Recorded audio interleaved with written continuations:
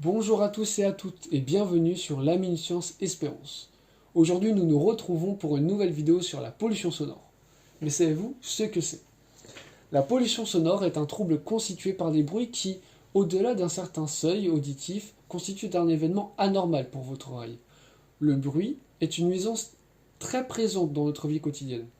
En effet, selon santé.fr, environ 80% des Français déclarent être gênés par les bruits à domicile, soit par le bruit présent chez eux ou bien par celui du voisinage. Bien évidemment, n'hésitez pas à leur faire comprendre qu'ils dérangent en mettant votre musique à fond à votre tour. Le bruit a des effets nocifs sur la santé, car il peut provoquer par exemple une surdité progressive, donc un affaiblissement de l'ouïe ou une perte totale de l'audition, mais aussi des acouphènes, qui sont des sons que l'on croit entendre comme des bourdonnements. Mais également de l'hyperacousie, c'est lorsque votre oreille devient hypersensible à certains sons.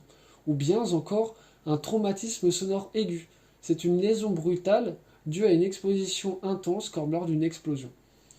Il y a aussi des effets extra-auditifs, comme la perturbation du sommeil ou des effets sur le comportement. À long terme, le bruit joue également un rôle aggravant sur les pathologies cardiovasculaires.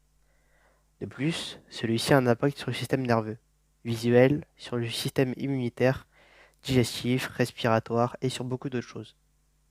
De nos jours, le bruit devient un réel problème de santé publique car il a notamment un impact psychologique. Afin de lutter contre les nuisances sonores, plusieurs gestes sont à appliquer au quotidien et sont conseillés. Par exemple, lorsque vous écoutez de la musique ou autre chose, il faut limiter le volume sonore en respectant la limite imposée par la loi lors d'une utilisation d'un casque ou d'écouteurs. Il faut privilégier l'utilisation d'un casque au lieu d'écouteurs et si possible ne pas en utiliser. Bien évidemment, il faut faire des pauses régulières de 10 minutes après 45 minutes d'écoute et si possible écouter seulement 1 heure par jour. Il ne faut surtout pas s'endormir avec ses écouteurs, erreur que beaucoup de jeunes font. Lors d'un concert, il faut rester loin des enceintes et porter des bouchons d'oreilles si possible. À la maison, afin de lutter contre les nuisances sonores, vous pouvez essayer d'améliorer la qualité acoustique des fenêtres, d'isoler vos murs ou bien de revêtir votre sol d'une moquette.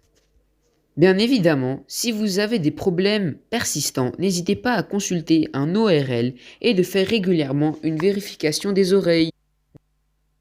Je vais à présent vous présenter quelques chiffres. Être exposé longtemps à des niveaux sonores supérieurs à 85 décibels peut être dangereux pour l'homme. C'est le niveau sonore d'une cantine bruyante, par exemple. Au-dessus de 140 décibels, une personne peut perdre définitivement l'audition. 80 millions d'Européens sont surexposés à des niveaux sonores, dont 5 millions de Français. Pour 54% des Français, le bruit des transports, trains, avions, circulation, est la principale source de nuisances sonores.